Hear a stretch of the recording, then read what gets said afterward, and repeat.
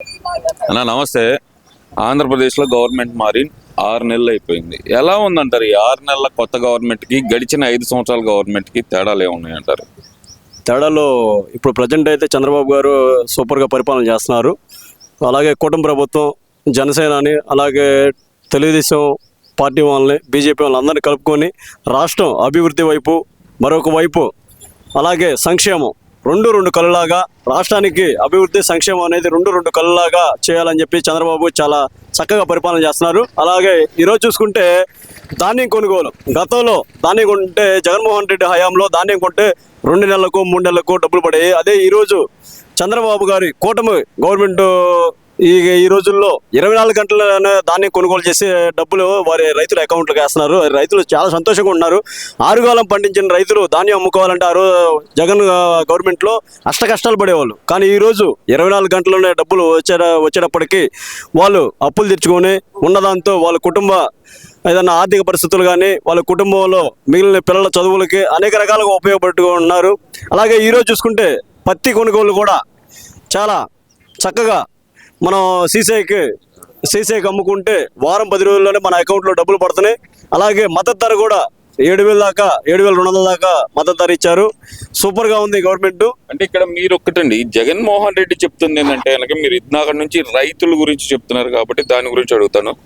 రైతుల తరఫున పోరాటం చేస్తాం మేము 13వ తారీఖు నుంచి అంటున్నారు. రైతులకు ధాన్యం కొనుగోలు జరగట్లేదు అంటున్నారు. కొనుగోలు జరిగినా చెల్లింపులు జరగట్లేదు అంటున్నారు. మరి మీరేమో 24 గంటల డబ్బులు పడుతున్నాయని చెప్తున్నారు. ఏది కరెక్ట్ అనుకోవాలంటారు? గతంలో మనం చూస్తే అప్పుడు తుఫాన్ వచ్చింది లాస్ట్ 1 year బ్యాక్.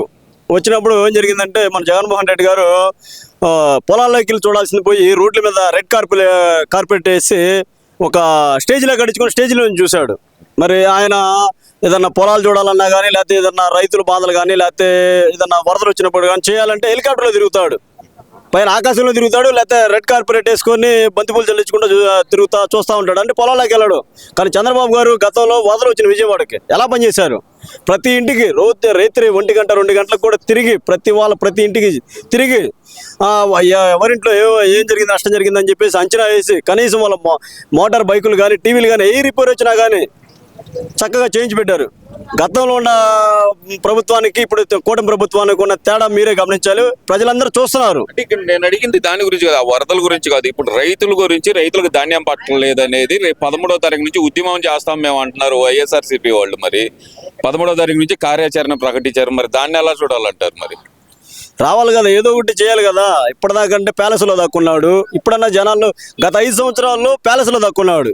ఇప్పుడు అధికారం పోయిన తర్వాత జనాల్లో ఉండాలని చెప్పేసి వస్తున్నాడు. అంతేగాని ఈసారి వస్తే రాళ్లతో చెప్పులతో కొడడానికి రెడీగా ఉన్నారు జనం. దానికి జగన్మోహన్ రెడ్డి సిద్ధంగా ఉండాలి.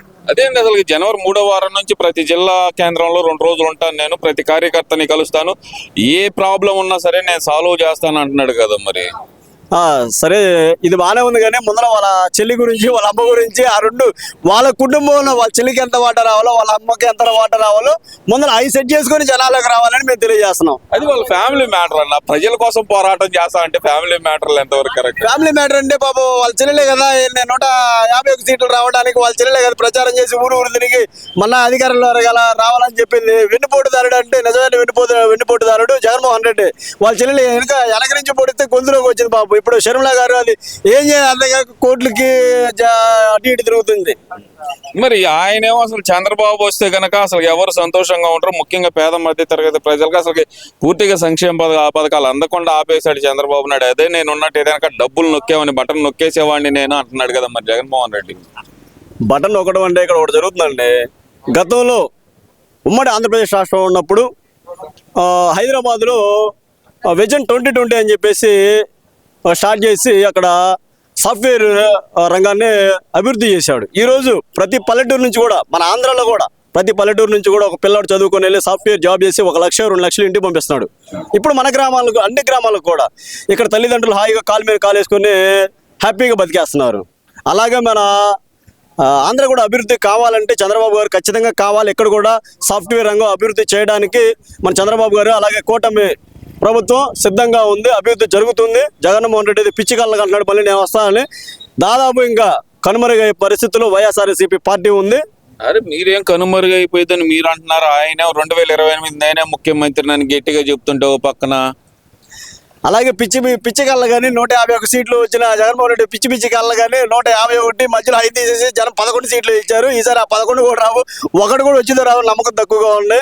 ఆ 11 ఇచ్చింది ప్రజలు కాదు ఈవీఎంలు అంటున్నాడు కదన్నా. నిజమే. మరి అమ్మటి రాంబాబు గారు సుకన్యతో లేకపోతే ఆయన ఉన్నాడు ఇంకా అవంతి శ్రీనివాసరావు గారు అరగంట మంత్రులు ఎట్టాంటి వాళ్ళు పెట్టుకొని ఆ 11 సీట్లు కూడా రావు ఈసారి. ఏందన్న అసలు ముఖ్యంగా అసలు ఆంధ్రప్రదేశ్ లో అసలు రెడ్ బుక్ రాజ్యాంగం నడుస్తుంది అనేది పదే అంబటి రాంబాబు చేస్తున్న ఆరోపణ. మరి ఆంబోద్ గారు ఇదివరకు రెడ్ బుక్ కాదని ఎర్ర బుక్ అని చెప్పేసి అన్నాడు కదా రోజా గారు, పంది రోజా. మరి ఆంబోద్ రాంబాబు గారు మరి వీళ్ళందరూ ఇది రెడ్ బుక్ కాదు ఎర్ర బుక్, పప్పు గిప్పు అని చెప్పేసి ఆ రోజు మంత్రి నారా లోకేష్ గారిని అన్నారు. మరి ఈ రోజు అదే ఆ రెడ్ బుక్ చూస్తే వీళ్ళు ఉచ్చబోసుకుంటారు. మరి దానికి కారణం ఏంది? రెడ్ బుక్ కాదేది. ప్రతి అధికారి జగన్మోహన్ రెడ్డికి అడుగులకి మడుగులు ఎత్తారు. ఆ రోజు చేసిన పాపాలు మొత్తం ఈ రోజు పండుతున్నాయి. అంతే అంటారా? అసలు చూస్తే కనుక నోరు తెరిచి ప్రశ్నించే అవకాశం లేకుండా పోయింది ఆంధ్రప్రదేశ్ లో. అంబేద్కర్ రాజ్యాంగం నడవట్లేదు అసలు ఆంధ్రప్రదేశ్ లో అంటున్నారు కదన్నా.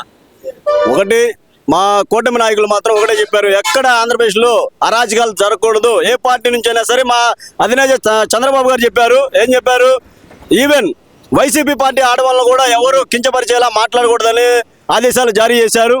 ఇది అందరూ ప్రజలందరూ చూస్తూనే ఉన్నారు. కాకపోతే ఏంటంటే వైసీపీ వాళ్ళు ఏదో కూటమి ప్రభుత్వం ఏం బురజల్లాలని చెప్పేసి మాట్లాడుతూ ఉంటారు. అవన్నీ పిచ్చి రాతలు పిచ్చి కోతలు. జనం మాత్రం ప్రతి ఒక్కటి చూస్తూనే ఉన్నారు. ఈరోజు కూటమి ప్రభుత్వం వచ్చిన తర్వాత ప్రతి రోడ్డు ఎక్కడన్నా కానీ గుంతలు ఉన్నాయని చూసుకోవాలి మీరు. ఇగో మా రోడ్డు జగన్మోహన్ రెడ్డి పరిపాలన చేశారు, ఎక్కడ గుంతలు అక్కడే 6 నెలలకే గుంతలు పడతా ఉన్నా. ఈ రోజు చంద్రబాబు గవర్నమెంట్ లో వేస్తున్న రోడ్లు కానీ లేకపోతే ఏదైనా కానీ పథకాలు, ఈరోజు సూపర్ 6 హామీలో పథకాలు భాగంగా 3 పథకాలు అమలు చేసి ఉన్నారు. గ్యాస్ సిలిండర్లు ఒకటి, రెండోది ఈ సూపర్ 6 అనేదే పెద్ద బోటకం అంటున్నాడు కదన్నా. సూపర్ 6 అనే బోటకం ఎట్లా అవుతుంది? ఆల్రెడీ గ్యాస్ సిలిండర్లు ఫ్రీగా వేస్తున్నారు, రోడ్లు వేస్తున్నారు, ప్రతి గ్రామాలకి సీసీ రోడ్లు వచ్చినాయి. ఇప్పుడు మరి తార్ రోడ్లు వేస్తున్నారు. ఇంకా బోటకం ఏంది? అలా హామీలు అమలు చేయకుండా చంద్రబాబు మాట ఇచ్చాడంటే మాట తప్పడమే చంద్రబాబుకి అలవాటు అంటున్నారు కదా. చంద్రబాబు అంటేనే అభివృద్ధి, ఇంకా మాట తప్పేది ఏంది? ఓవరాల్ గా ఏమంటారు మరి జగన్మోహన్ రెడ్డి జిల్లాల పర్యటన గురించి? జగన్మోహన్ రెడ్డి జిల్లాల పర్యటన చేసినా ఏం చేసినా కానీ ఆ పార్టీ అనేది ఇంకా ఆంధ్రప్రదేశ్ లో కనపడకుండా పోవడానికి మరికొద్ది రోజుల్లోనే ఉంది. జగన్మోహన్ రెడ్డి 11 సీట్లు రావడానికి ప్రధాన కారణం ఎవరు అనుకోవచ్చు అంటారు? వాళ్ళ స్వయంకృత అపరాధం, వాళ్ళు చేసే తప్పులు, ప్రతి వాళ్ళని అరాచకాలు, రౌడీ రాజ్యాంగం, రాజారెడ్డి రాజ్యాంగం అమలు చేశారు.